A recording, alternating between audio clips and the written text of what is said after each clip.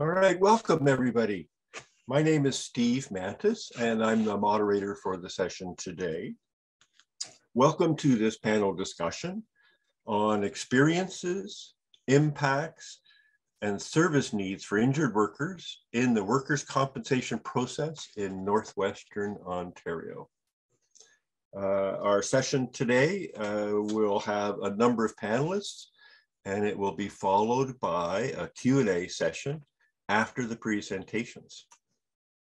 To ask a question during the Q&A, type your question in the Q&A box or the chat. The Q&A feature in the chat will be monitored and moderated for the session. You can also raise your hand in Zoom, and then the panelists will then unmute you and you can ask your question. This will be followed, the Q&A session will be followed by a networking session where you have the opportunity as well to join live and engage more fully in the discussion. And we're going to be talking about how service providers partner effectively with systems partners in that networking session. All right, so I'd like to now start our session. And we have three speakers in our session today. Dr. Deborah Scharf will be our first speaker, and she's a clinical psychologist and the Associate Professor of Psychology at Lakehead University. She will be followed by Janet Patterson, who's a worker with lived experience and the president of the Ontario Network of Injured Workers Groups, and Monique Mercier, who is a psychologist in private practice in Northwestern Ontario. There is more information on the website, the conference website. There's more complete bios, and there's also additional material. There's some research papers, there's some infographics. I encourage folks to check out the website as well for more information about this project and more full information about all of our panelists. And with that, I would like to turn it over to Dr. Deborah Scharf to begin our presentation today. Deb, over to you. Thank you very much, Steve. Thanks everybody for coming. I am delighted to present to you some research that's hot off the presses from our group called Thunder Bay and District Injured and Ill Workers in the WSIB Process, Experiences, Impacts, and Service Needs. I'd like to thank very much our whole group. You can see there, this is obviously a collaborative joint effort with lots of other folks at Lakehead University. And just a word of disclosure. So I am a full-time Lakehead faculty member with a small private practice, clinical and health psychology private practice, where I do see workers whose psychological services have been paid for by the WSIB. It's not the only work that I do, but it is part of my practice, so it's important that you know that before we get started. Thanks very much also to our funders, who are the Injured Workers Community Legal Clinic in Toronto, and lots of support from the Thunder Bay and District Injured Workers Support Group. So it's probably not news to this group that workplace injury can be catastrophic with physical, social, financial, and psychological consequences across the gamut for workers who become injured or ill at work. And by the way, I will likely say injured workers just as shorthand.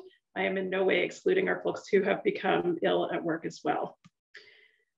WSIB, so in Ontario, the Workplace Safety and Insurance Board is supposed to help by providing wage loss benefits, medical coverage, and supports to help individuals return to work as soon as they can, and also recover and become healthy again.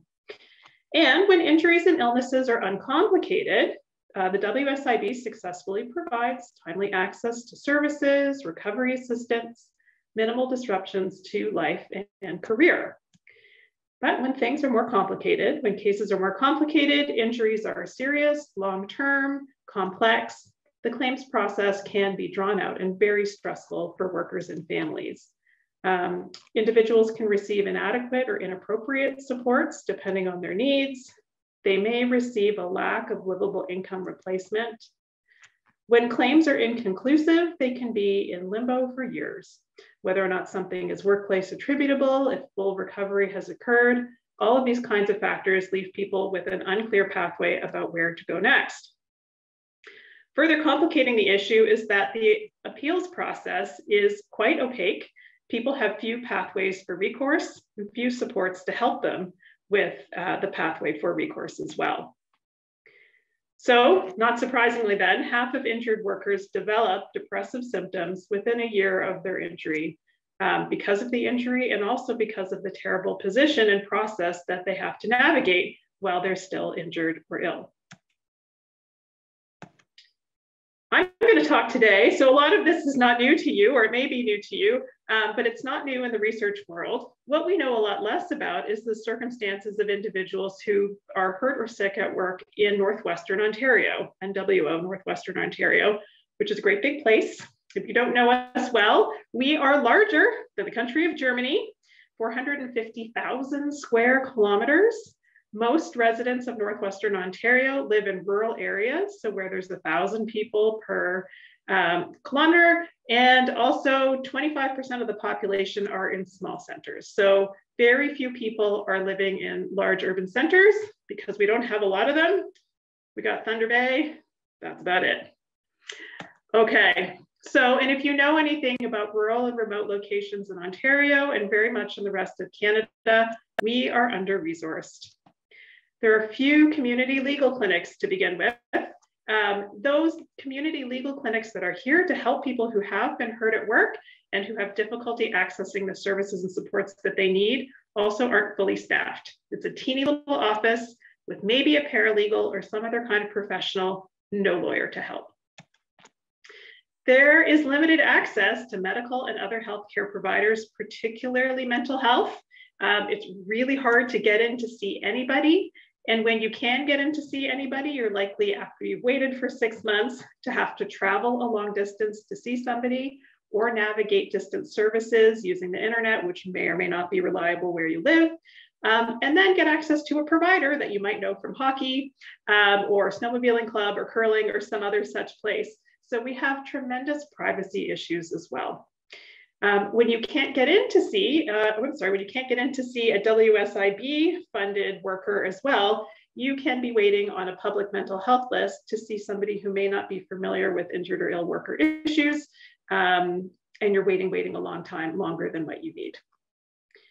So the purpose of this project is to shine some light on some of these issues, to document some of what's really happening up here for injured and ill workers, and specifically to describe the mental health and service needs of Thunder Bay and district injured workers in the WSIB process in general, and also those folks particularly who were dissatisfied with their WSIB experience, so what went wrong, and perhaps those folks as well who filed an appeal, who were unable to get the services that they believed that they were entitled to and that they needed to recover fully and return to work. The goal of the research ultimately is to inform stakeholders who want to build reforms and capacity to be able to do something better for folks up here in Northwestern Ontario and perhaps for the system as a whole. So I will tell you just a little bit about our design. It's fairly straightforward. This is a cross-sectional mixed methods design where we had an online survey of 40 injured or ill workers who were recruited from the community, flyers, Facebook groups, all those different kinds of things. And also 16 additional injured workers who took place in quite lengthy interviews, about an hour and a half. We also included perspectives and input from service providers in Thunder Bay, city, and also district. And I should add that this is the case for our workers too. We had folks in the city of Thunder Bay and also throughout all of Northwestern Ontario, out into some of the rural and remote communities as well. And Lakehead University's Research Ethics Board reviewed and approved all of our study procedures. I'll just tell you a couple quick words about data collection. Our surveys and interviews took place between about November 2020 and March 2021. All of our respondents told us about their demographics, the nature of their injury or illness, their experiences with the WSIB, so Workplace Safety and Insurance Board in Ontario, claims and appeals process, the impacts of the process on them, and their experience with adjunct community services. So not everybody gets all of their care through WSIB funded service providers. They were using community services as well. And we took their suggestions for improving the WSIB claims and appeals processes as part of the study as well. Our analyses for this part of the project are pretty straightforward. We have more actually in a paper that we got a really nice review. So we're just refining it, should be out for publication probably very early in the new year. But I'm just presenting rather the descriptive statistics for our quantitative data and a pretty straightforward analysis for themes of the qualitative data. So that's what you'll see today. What did we get? So here is a brief description of our workers. So again, we have 56 of them, 16 from interviews, 40 from the survey. They are in general fairly evenly split between younger and older workers, predominantly male, a little less than half were married. About 80% were white, which is reflective of the community up here. Just about half had one or more dependents. Most of our folks were born in Northwestern Ontario, and that tells you again a little bit about some of the population up here. People are born and raised and they stay. If they're going to stay, they're still here. We don't have a lot of transplants, except in some of the mines and universities and things like that. The majority of our sample, 70%, had their injury within the last 5 years, which is what we were looking for, people whose injuries were fairly recent, or at least their experience with the WSIB was fairly recent, so they could tell us about what the process is like as it stands now. Folks told us that they predominantly had a physical injury. So they said, we asked them to tell us about the primary nature of their injury. The options were physical injury, illness, or psychological injury. So most were physical injuries first. About half experienced a permanent disability from their injury. Half of folks were working. Among those, about 40% were receiving accommodations in the workplace, and about half of our sample also filed an appeal as part of their WSIB experience. Here are our service providers. As you can see, there are 8 of them. It's a fairly small sample, and this is because there are fairly few providers to find. And believe me, we tried. I'm a provider myself in the system, and I knocked on all the doors that I could find. So the folks that we have here are few and far between, and they're very, very busy. Most were female. Folks were fairly well experienced. So on average, they've been supporting injured workers for about 13 years, although that did vary, some a lot longer. And the specialties of folks that we had were mental health providers, physical health providers, and also some legal services providers. What I'm going to do is I'm going to begin, here are the first bits of our results. And throughout the presentation, when you see yellow or orange, those are negative results. So things that people were not happy with, and our blues and turquoise there are positive results. So this is a snapshot of what workers told us about their experiences in the WSIB claims and appeals processes systems. And you can see overall, I'm sorry, I'm looking for a good place to put the, to put your heads. I have a small monitor. Overall, people were quite challenged. They told us that paperwork, so appeals in red, claims in yellow, were quite challenging. Communications with the WSIB, quite challenging. Communications with employers, a little bit better, but still tough. Getting in for appointments, interacting with employers, finances while off work, and in particular, where can I put our heads? Going through the process while still sick or injured was also very, very hard for folks. So there's a proportion of workers who found different aspects of the claims and appeals processes either smooth in blue or challenging yellow and red. I'll begin by talking about some of the things that went well. So our workers and service providers told us that having access to mental health services through the WSIB was a real lifesaver. And I'll tell you, I am part of a provincial advisory group where we talk about expertise and supporting other clinicians who are serving folks in the system. And mental health services through the WSIB, so here's one of the things that you don't know until you know it, can be available to workers even if they don't have an approved mental health claim. So a case manager can just allocate a block of like 20 appointments with a WSIB psychologist, if you can get them to see one, if one has availability, whether or not they have an approved mental health claim. If you just are if you ask for it, or you have your doctor kind of say this person's having a hard time, they can just go ahead and grant you some access to psychology. So that's a really nice thing. And injured worker number 12 in our study said, you know, I'm going to give credit for the fact that they had funding in place for the psychology component. Can't thank them enough for that.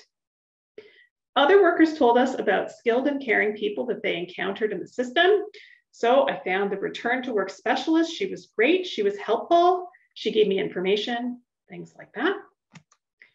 And WSIB recently implemented an online portal that both workers and service providers can use to upload documents, make appointments, do a lot of the case management stuff that can become quite overwhelming when it's just papers that you get in the mail. So a worker tells us, right, I really enjoyed it when I used the online service to submit questions. I told them when they could call me, I was still working, that was helpful. And having things like that in writing, also really beneficial.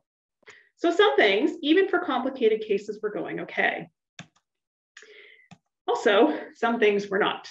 So some of the challenges that we heard about in the system were related to communication. So another worker tells us it's always the same process. You call, you wait in the queue, you talk to customer service, they transfer you, your case manager doesn't answer, you leave a voicemail, and the whole process starts again the next day. Paperwork. One of our service providers commented, if the person has any kind of cognitive impairment, they get a piece of mail, they may not understand what the WSIB is asking for, ends up in the junk drawer, falls behind the fridge.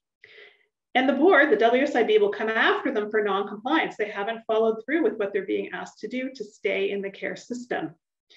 The WSIB doesn't stop to think about how hard it is for this injured worker. And if they're not complying with what they're being asked to do, they get cut off from benefits. Care coordination was also something that we heard about from just about everybody we spoke to. Here's an example from one of our workers. I haven't talked to a neurologist or my family doctor yet, but the WSIB already set up a plan.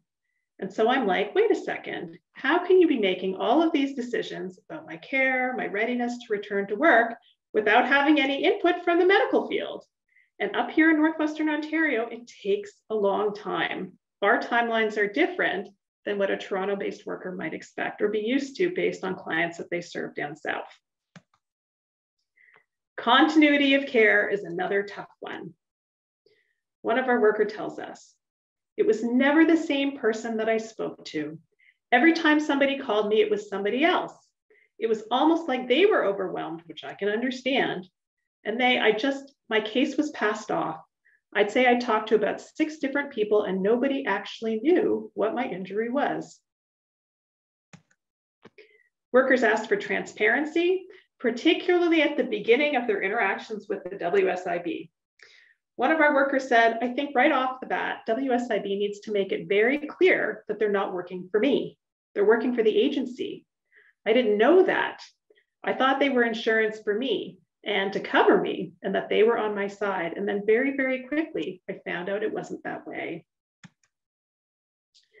Workers and service providers also talked to us about broader system challenges. So as I already mentioned, workers in the WSIB system are aiming to get care from WSIB providers, but they're slow and they're busy and they're difficult to access. So they end up needing adjunct services in the community. Workers talked about access to medical experts for assessments, consultations, and services. And so here's the loop, right? For many of these services, you need a referral, and you can't get in to see your own doctor to request that referral. And so how do you ever get access to care? Workers also talked about managing the process while injured or ill. They talked about not having the mental capacity anymore to try and remember when things have to be in, how to get them organized. One worker talked about, and my wife just doesn't have the time because she's driving me to appointments, right? The workload within families shifts. When people are unable to do some of the things they used to do, others have to pick them up, but it doesn't leave a lot of time and space for the administrative component of navigating WSIB, which can be very, very complicated and heavy. One other piece of the pie that we don't often hear about is employer and union relations as well.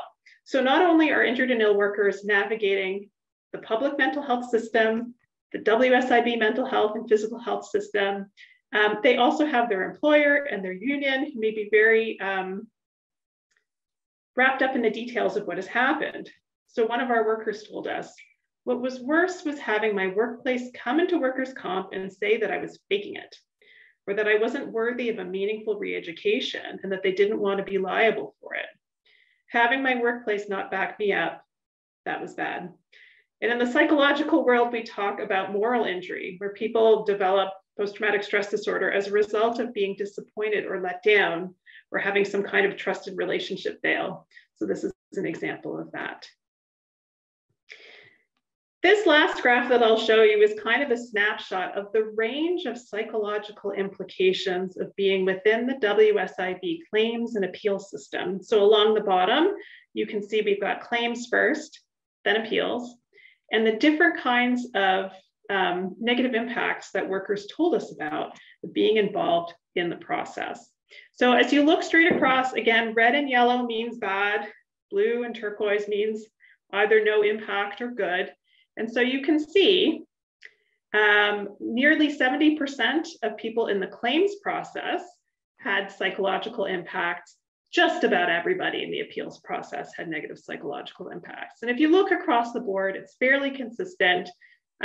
People's physical health is hurt as a result of being in the process, family relationships, friend relationships, ability to engage in hobbies, community involvement, certainly financial security, and also career and professional goals.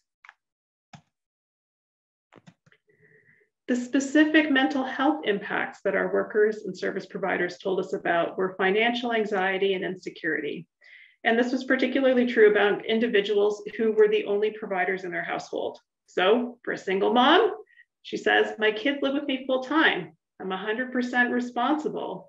Getting calls about my vehicle being repossessed. I can't make mortgage payments. And all of this already added to somebody who was hurt at work and is trying their very best to recover.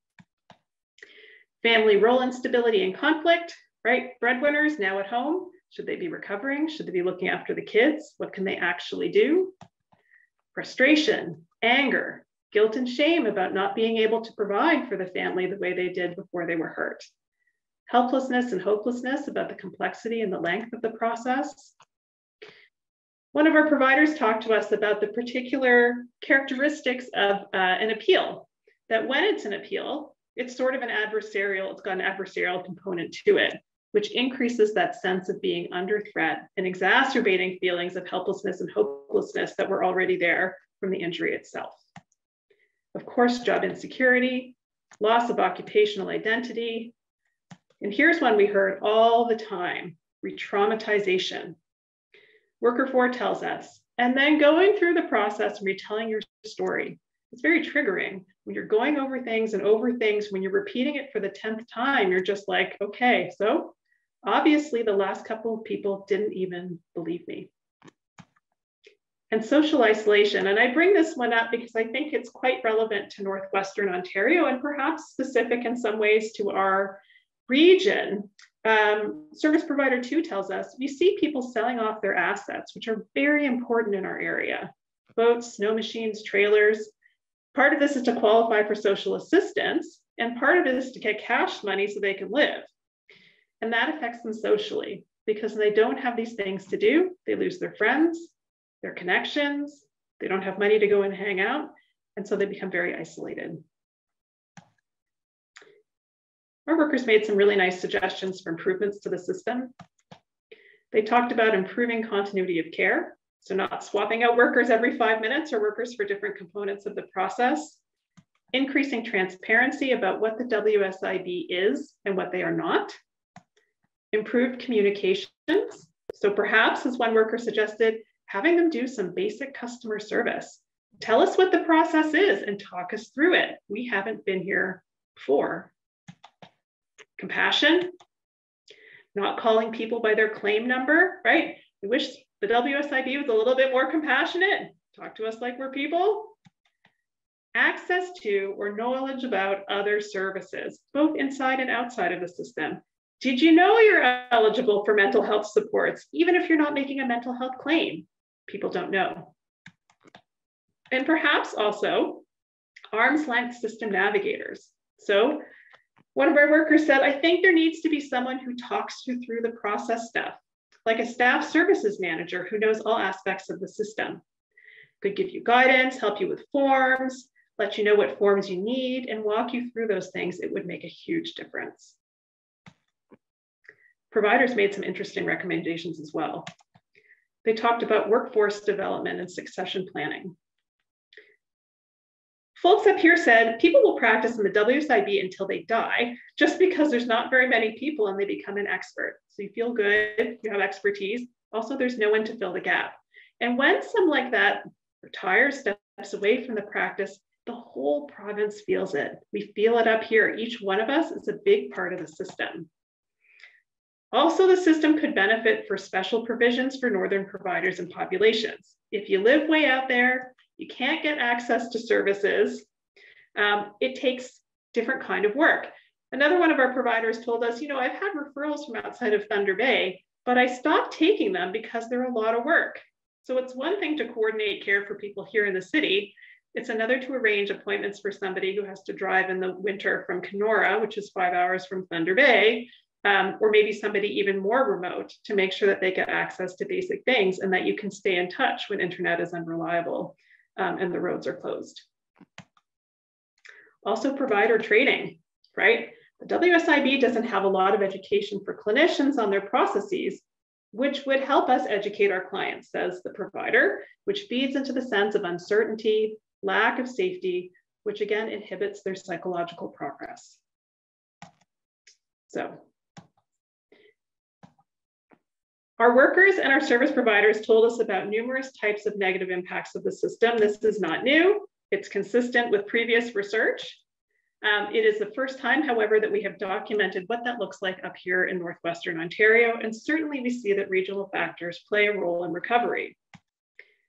The good news is, right, is that process issues are modifiable. We made the process, we can fix it. The WSIB should consider, as recommended by our folks, standards of care. Have requirements around continuity of care. Quit moving people around. Tell your clients when you're changing their care team. Allow for more time for treatment planning up here and expect that individuals will need more time to get in front of a primary care provider who can make referrals and then access specialists. Talk to your people. Welcome them to the system. Help them understand what's available and what the process will look like. Let them know what their options are if they're unhappy. Let them know if you're changing their team. Simplify communications. Expect that people will be stressed out when they hear from you. Help them with information that they can use.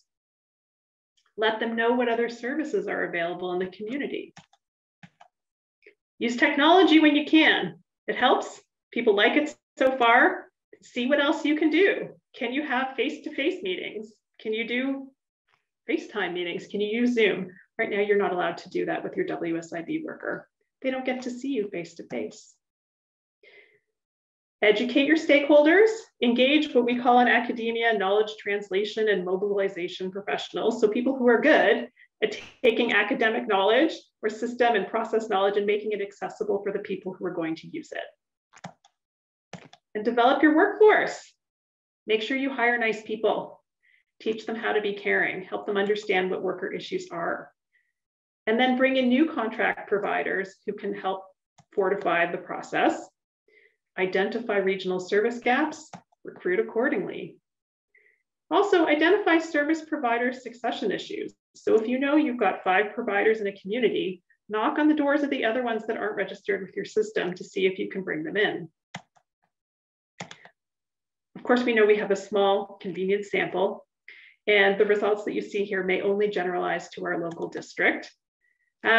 We wish we could have had done more to engage people with low or no English literacy who are living truly remotely, way, way, way out. We're worried that our advertising didn't reach them. And of course, folks who are severely ill, we know we couldn't reach them because they probably didn't see our advertising or couldn't take part in the process.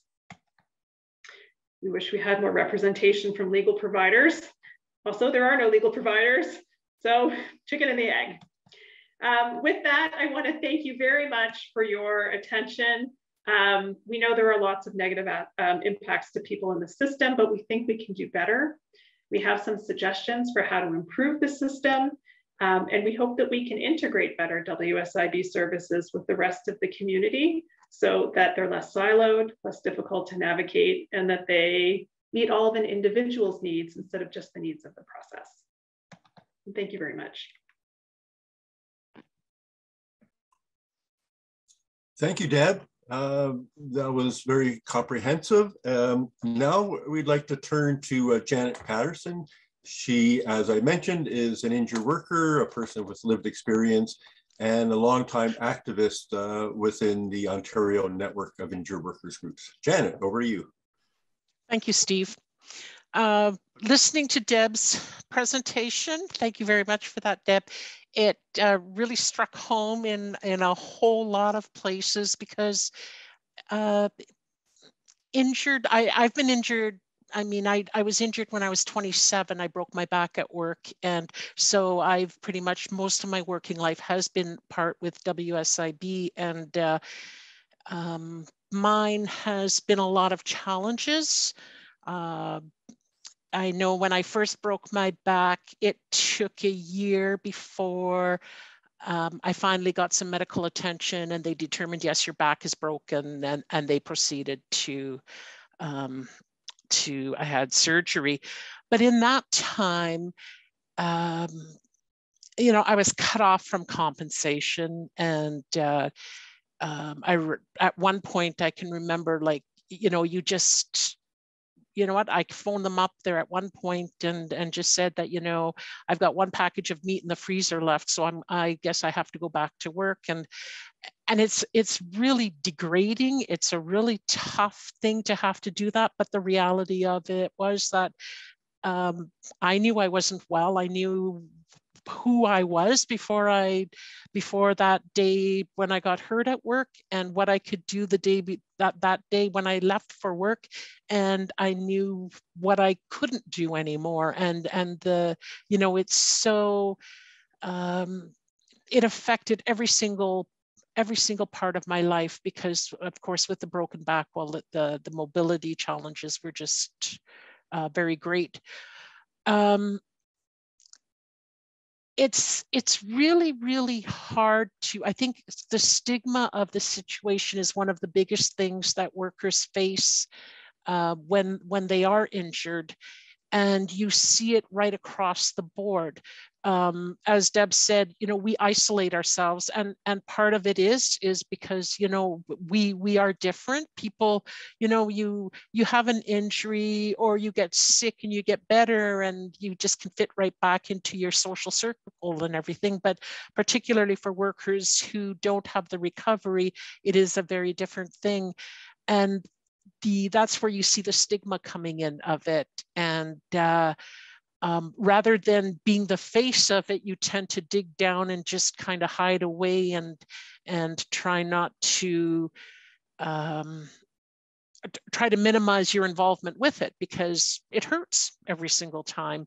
And I know through our Thunder Bay Injured Workers Office, we would get workers who are having problems with their compensation claim coming to see us. And I was hearing reportedly from a number of people, even with the medical, and they were going to the hospital, because we also have a lack of doctors here. And so they were going to the hospital for their medications. Now, of course, back at that time, the practice was that you gave them narcotics. And this was before the addictions came up. Or it was also after that, even because now they were saying you could not get those drugs anymore, but people's pains didn't change. They needed them still to be able to have any kind of movement in life. But people were, they'd go to the doctors, and right away they were accused of oh, you're a drug addict. And, you know, it was just such a hard thing to feel. And then I had to go to the doctor one time, and there's times when I had to, my medications that I was using weren't working. And I experienced that. And right away, he asked me what I was here for, and I told him, and right away he says, oh, we don't do that. And I goes, oh, that's kind of weird, because this is what you've done. They didn't give me this injection often, but that is what they had used. And so anyway, he was asking me about the different drugs and, you know, on and on. And then at the end of it, he finally said, I'd been in for an MRI earlier that week. So he says, well, I'm going to go look at that and see what it sees. And he comes back in the room and he says, you need drugs. Your spine is an absolute mess. You need to take drugs. Let me give you a prescription. And I'm like, I don't want a prescription to like opioids. Like I was very fearful of that, but please just give me the injection and I can get back to managing it again. So it really, you see it in many places. I know in the workplace, I was a caregiver. So, and I had I had a really good reputation. I was very valued. And I used to get embarrassed at the annual evaluation, and they'd say how wonderful I was. And I was like, no, like nobody can be this good. And like, oh no, Janet, you are just bang on. And then I went to work one day and I got injured. And I got injured caring for somebody there. And it was just, you know, I got jumped, and it totally, it changed my life in every way unimaginable. And the injuries were, you know, like years and years and years, like over 15 years plus of living with the severity of all the injuries, and that included mental. You know, there was psychological treatment, and it is, I mean, like you said, they have it, they're available for you, but once you get using it, well, then it's an up and down. Well, we're going to give it to you, then we're going to take it away from you. We're going to give it to you, we're going to take it away from you. Treatments, it's the same thing. Like, you know, I don't know how they can expect people to recover when there's no continuity.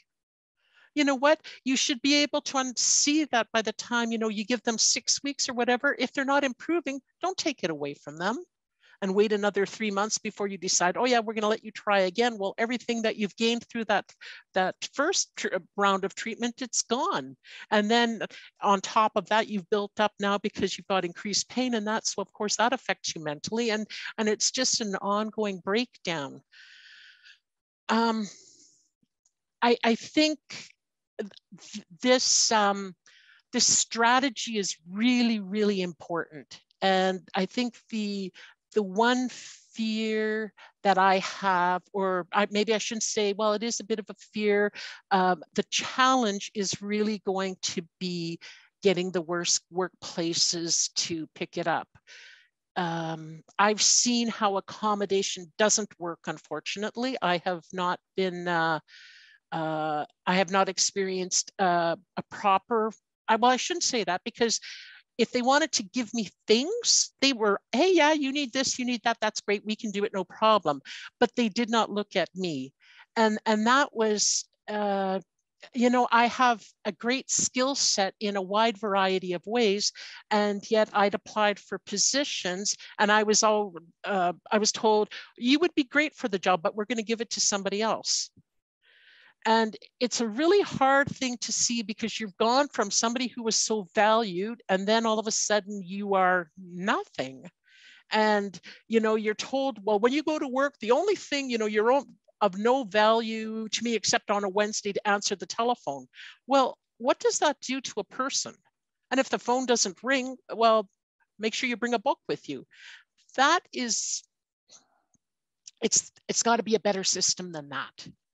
And it has to, I like what was said about not accommodation, but inclusion. And that really struck with me, because the inclusion part is vital to make it work. It shouldn't be, you shouldn't have to, maybe it should be more visible. You know, if you see somebody struggling with something, you know, the interaction should be there, and let's try to see what we can do to make it work. that's I think, and I've said that to Steve every year after it, you know, and it's always been really great taking part and learning so much and seeing things that are working, which is really exciting. And I am looking forward to seeing what's going to come out of this today, and just realizing that there are people who have had better experiences, but have people who have had not such great experiences, and the system needs a lot of changing to work. So thank you. Thank you so much, Janet, for sharing some of that lived experience with us. And now over to Monique about your experiences as a practitioner. Great. Yeah, thank you, Janet. Like your story really helps it come alive. And then based on Deb's findings, you know, it really does match up. And Deb, I really appreciated reading through your manuscript and seeing your presentation today, because it's so universal, the experience that workers are having. And, you know, I think it's multifactorial, and I think you really hit on some of the big points here. One of the biggest ones being communication and education on the part of these clients are injured. They don't have a script, or they don't know what these next steps will look like, which is quite scary and agitating in a time where, you know, their health is uncertain, or their physical or mental health is uncertain. And it's very counter-therapeutic when you're having clients, you know, they don't know how long they're going to be with their case manager, their nurse consultant. They don't know how long they're going to be approved for their treatments, whether it's physio, psychology, medications, like Janet was saying. And also there's this, you know, there's sort of this culture of like, hurry up and heal, which really, again, it's counter-therapeutic. How can you take the space that you need in order to heal if you're feeling this sense of urgency of, you know, I better get better or else I'll be cut off. So there's sort of this looming dread of, you know, my livelihood being taken away or anything being taken away, which doesn't create an environment that's conducive to healing, especially things like PTSD, anxiety, depression, which, as Deb mentioned, can be things that are developed secondarily to physical trauma. Most of the WSIB clients I work with are coming to me with traumatic mental stress, so PTSD, anxiety, depression, as a result of experiences at work as well. So one of the suggestions that I had, which I think other providers had as well, was having a almost like, I don't know the proper word for it, but somebody who would be greeting the newly injured worker at the WSIB, explaining the process. Here's what it looks like. Here's the role of your case manager, the role of your nurse consultant. Here's what's available to you. Here's what's not available to you. And here's your job.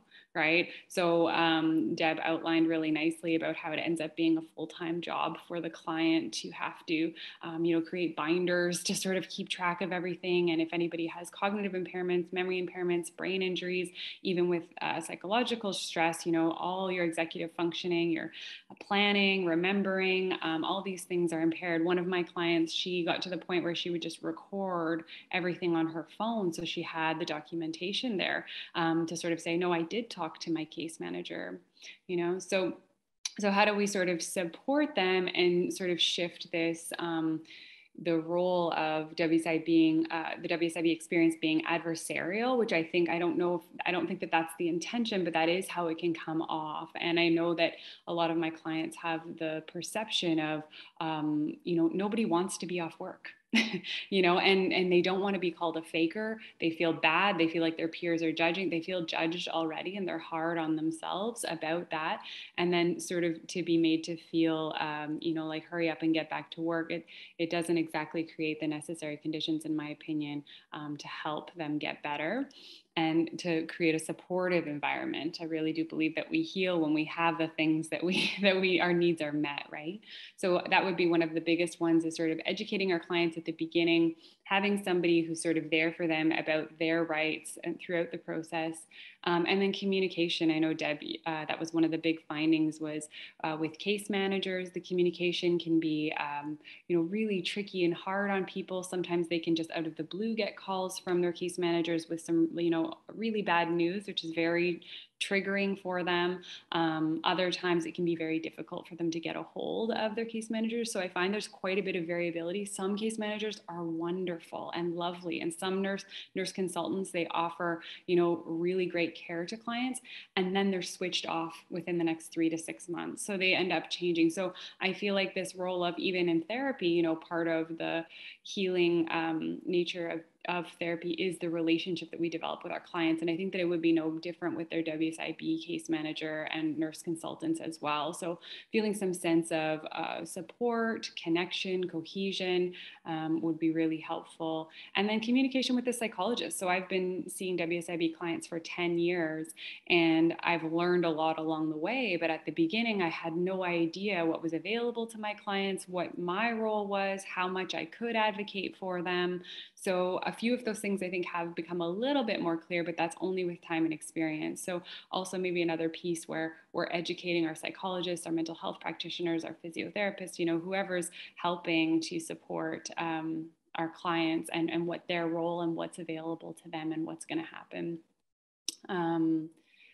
What else? I think those are the main points. I don't know, Deb, was there anything else you want to know? Okay, yeah, so those are my main points. Thank you so much for this really important work. I'm really passionate about it. It's hard. I guess the last thing maybe I'll end on was the point about compassion, right? And that's sort of one of the main values that I have when I'm practicing with my clients is just compassion, like seeing these as human beings, and nobody chooses to be off work because of any injury, right? Nobody likes their identity having to go through a huge transformation because they can't work anymore. And so just educating those case managers and nurse consultants a little bit more around sensitivity around that issue, rather than sometimes I think our clients are made to feel, like a burden or a problem, or that they're, milking the system, which is very seldom the case. Most often people want to be at work. So yeah, so thanks for this important work, and thanks for sharing, Janet. And thanks so much, Monique. When we think about how the system works or doesn't work, and really I'm asking all three of you on this, what have we seen in terms of, so injured workers in a way oftentimes are kind of separated or in a silo relating to the Workers' Compensation Board, the WSIB. But we have other folks with disabilities and other mental health needs that are engaging in other parts of our social safety system and our healthcare system. Do you see examples of other system interactions that work better than what we presently have with WSIB? Is there something we can learn from that going forward? I have a thought about that. I'll get the ball rolling. I think we actually have some really nice emerging models of care in Ontario, Canada, such as our community health centers that are well-established hubs where providers are not paid fee for service, rather they're paid salary. So they can take as much time as they need with people. There's a range of service providers in the facility, usually mental health, usually social work, recognizing that the people who are coming to a community health center are going to have some social service needs. Like, this is not a new thing by any stretch of the imagination. Connections to housing and food banks and all that kind of stuff, where everybody who works in that setting can probably list off 10, 15 community service agencies that could round out the services a person who's rapidly become injured or ill might need, or who is in financial difficulty because they're moving away from regular work. So it's not new. We already do it. It'd be nice if we could do it here. We're not there yet.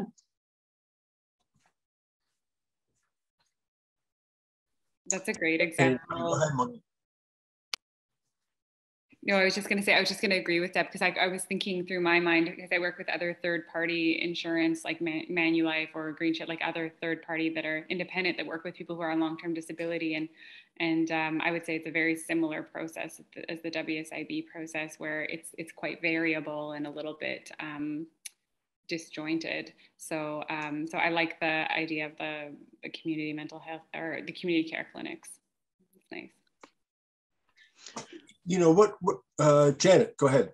Oh, sorry. I was just going to say the one thought that I have about it is that the WSIB should be separating the financial part from the treatment part, like the compensation system based on the fact that it is employers pay the premiums to provide the services, and that should be all that, like that should never be a barrier to workers who've either become ill or sick to receiving treatment. And that's I think they need to relook at their model. Well, thank you to all of you. I also have been active with our advocacy around these issues with the WSIB, and what we've seen over the years is a move to efficiency in terms of the administration of the WSIB and consistency across the province. Deb, you talked about, maybe some of the needs are unique in Northwestern Ontario because of the rural and remote nature of our province. That efficiency is around, okay, there's a team that deal with a particular worker. I, like many people in your research, have not spoken to the same nurse case manager. Over 6 months, I'll get a different person each time. That continuity of care, I'm wondering how important you think that is from your angle. Steve, you're asking how important is continuity of care? Maybe I'll kick that over to Monique. I have my own thoughts about that, but. I think it's instrumental. Like I was mentioning the metaphor or the comparison of, being a therapist working with a client. If I transferred my client after 3 to 6 months over to Deb, and then she kept on passing them along, it's hard for a client to feel that sense of safety in order to do the work that they need to do or to feel supported, right? And I've had other times where, it's almost re-traumatizing, because you have to retell your story. Somebody new, you're going to get somebody who may have a different interpretation or who may be a little bit more stern or more lenient. So again, it's just adding in another element of uncertainty in an already very uncertain environment for the injured worker, that I feel like is, again, counter therapeutic and counterproductive to them getting where they need to be. Well, thank you so much for that. We're moving into the next final part of our session, which is our networking session. And once again, we encourage any of the folks on the Zoom, if they want to engage in this, share their experience, ask questions, you can raise your hand. There's this little icon there on the screen, like on mine. You raise your hand, the staff will bring you on live so you can ask your question. You can also put your thoughts into the question and answer. And we've got a couple of questions around, you've identified, Deb, in your research, and Monique and Janet, in your personal experiences, there's room for improvement in between, the service providers and the system as a whole. So how can we effectively improve the service that's being provided across the board? And as well, how do we, what are the best ways to measure and evaluate success at integrating and coordinating services? We heard the Deputy Minister, the Federal Deputy Minister, earlier today in the conference talking about the importance of data and measurement and evaluation. Any ideas about how we can improve the system so that service providers are feeling like they're doing the best they can for the folks they're working with, and that the whole system moves into that more compassion, more continuity of care, better communication. Let me open it up. Any initial thoughts on that? I have all the thoughts. Am I stepping on anyone's toes, or can I dive in? So go ahead and dive in. This is a terrific question, and I have to tell you, it's my jam. So I am a health services and systems researcher by day. And so I'm super interested in, and before I was here, I was in the States working on the Affordable Care Act, trying to figure out some of these bigger questions down south. And there are a multitude of models. Like, we are not the first ones, of course, to be asking this question. How do you steer the Titanic away from an iceberg? How do you take a large health insurance system and promote positive change? And typically the answer is, like, you need a lot of different kinds of oars. So you need things like carrots. You need incentives for providers. You need incentives for systems, and that can be monetary rewards for systems or subsystems or individual providers who meet certain milestones. It can also be sticks, right? It can be disincentives or removal of usually finances if a system isn't doing something that you think they should be doing. So, for example, there could be some kind of penalty for an insurance provider who has a tremendous amount of turnover. There could be a penalty, or there could be a reward for a system that does a really good job educating its clients around the services available and connecting them to a broad range of support services. It can also be some really creative things, because we are in an insurance space, around what you can do with money. So right now, providers in the WSIB system are paid for touches, right? Services provided. It's not a pure fee for service. Like, it's not, you come and get a flu shot and that's $15 to your doctor, but it's pretty close. There are some other models of payment where you get a chunk of money for an individual with a particular kind of diagnosis. So, for example, the space where I live and where Monique lives, like a PTSD, and perhaps that person gets, $5,000 worth of care over 3 months. And then a care manager can ask an individual and consult with providers, what would be good for this person? What do they actually need? This is the money that we have to start with. Do they need psychology? Do they need occupational therapy? Do they need a bus pass? What are the things that this person needs to promote their recovery, as opposed to, we're going to give you this service and this service and this service in a prescribed amount that has nothing to do with what the individual themselves identifies as the biggest barrier to recovery.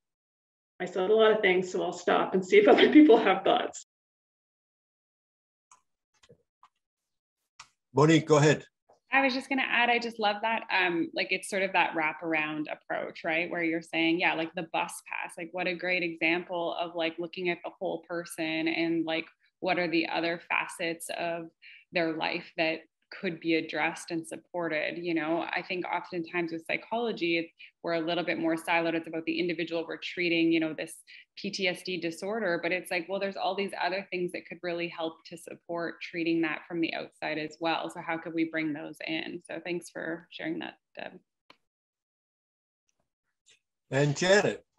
I just said to Steve a week or so ago that we need to talk to the WSIB about doing a pilot project where they actually take a population and they just treat them. They provide all the, they give them their loss of earnings, they give them whatever treatments that are prescribed, they give them to them, and just see what the outcomes are.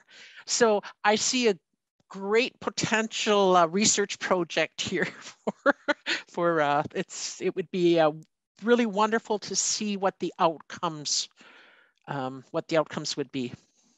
Janet, it sounds like you're saying something akin to a basic income equivalent. Like, we just give people what they need and let's see how expensive that is, instead of looking at the expenses associated with letting people fail and then trying to patch holes and then letting them fail again. What would actually happen if we just gave people what they need? Are we really spending that much more? Yeah, absolutely. And I think in the short term versus the long term, that's where you're really going to see the difference, because I mean, for many workers who have the permanent, whether it's sickness or illness, they land up, you know, they get compensation for a while, they get cut off. Now they go to Ontario Works, they go to ODSP, they go to CPP, they retire early. All these other systems they're using are now systems that were not supposed to be there for workers who had a workplace injury/illness. So it's wrong in so many accounts, but all of those other systems, there's barriers within them themselves. So the workers never actually, I think very seldom, realize the real benefits of what their recovery could have been. And that's the shame of it all, like really, because this is a system that is supposed to be there to, like, when I first got hurt, I didn't have any, like, I just thought, oh, well, there's compensation. You know, they're gonna make sure that I recover to the best. Janet, we just lost your audio.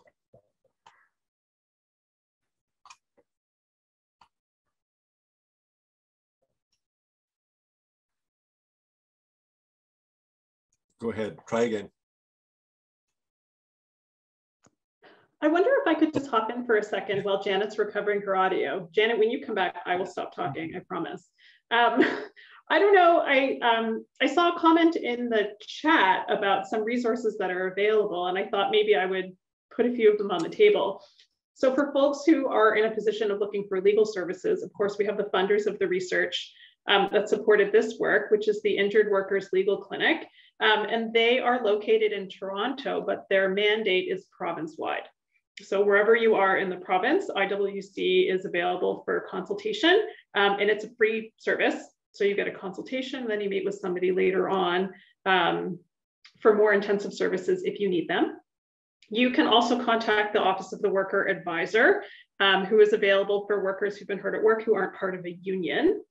And then, of course, I don't know if I can promote, both Steve and Janet are probably the right people to do this, but there are injured worker support groups here in Thunder Bay and provincially with beautiful opportunities to be advocates, which can be quite healing in itself. So maybe I'll kick that over to you guys to explain better. Yeah, Janet, are you back online? I don't think so. I think maybe she's frozen up. Yeah, by all means, my email address is on the website, part of my little bio or information available, smantis@tbaytel.net. Happy to help hook people up to other services or information. I want to go as well to the Q&A. We heard from Ian, who said, thank you all for this incredible discussion. It's been deeply validating experience for me as I have been through an extremely challenging ordeal stemming from an illness triggered by COVID-related stressors in the spring of 2020. I'm in rural British Columbia, where WorkSafe is our WSIB. And your research findings match my experience. I don't mind sharing with the group that my injury is mental health and addiction related, and I had a terrible time, not only with WorkSafe, but with my union and employer. I've been inspired by this conference and try to use my experience to approach WorkSafe as well as my employer and union with the hope of opening constructive and collaborative dialogue. I'm a social worker, so I have insight from the professional as well as the personal lived experience, so I think I have a lot to offer. I'm wondering if I could connect with any one of you to help me generate ideas about barriers and solutions. By all means, you can connect. I mentioned my email address is on the website. You can always Google me and you'll find me there for sure as well. As the, once again, as the Deputy Minister mentioned earlier this morning, that it is we people with disabilities who are so important to be able to take a lead, to share our experience, to find solutions and move forward. I think we got another question coming from Basil. Go ahead. Hi, everyone. My name is Basil. I really enjoyed your presentation. I actually used to be a logger and an arborist, and before I destroyed my back as well. And, you know, a lot of what you were saying about the changing identity really resonated with me, and about the complications of that kind of work. And I'm sure you guys deal with a lot of people who were on contracts and seasonal work when they got injured. Now, my experience was I got injured towards the end of a seasonal contract. So I was just paid out for, the last 2 weeks of my contract, and then considered no loss of employment because I would have ended anyways. What kind of sort of challenges or steps are there related to the whole seasonality of a lot of work up north and that sort of thing? Ian, Basil, sorry. Each province is a little bit different, and each situation is a little bit different.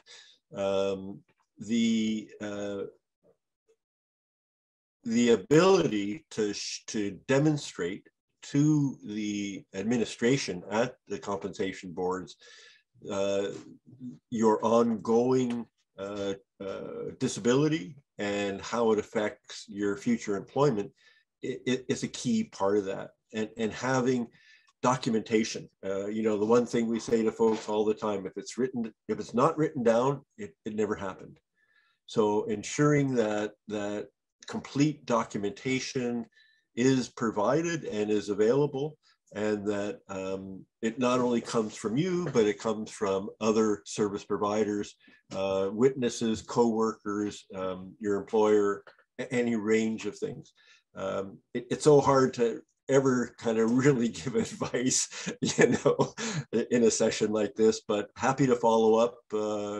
Once again, you can contact me. I'm all right now. I've switched careers entirely. I'm back. I'm working in research now, but I was sort of meant in general for how you guys deal. Yeah, I'm going into a PhD in public health and doing disability policy. So just channeling my anger right into this. Well, but yeah, I just sort of meant in general, because everyone here is involved with up north, and I feel like that must be a particular thing you guys see a lot of.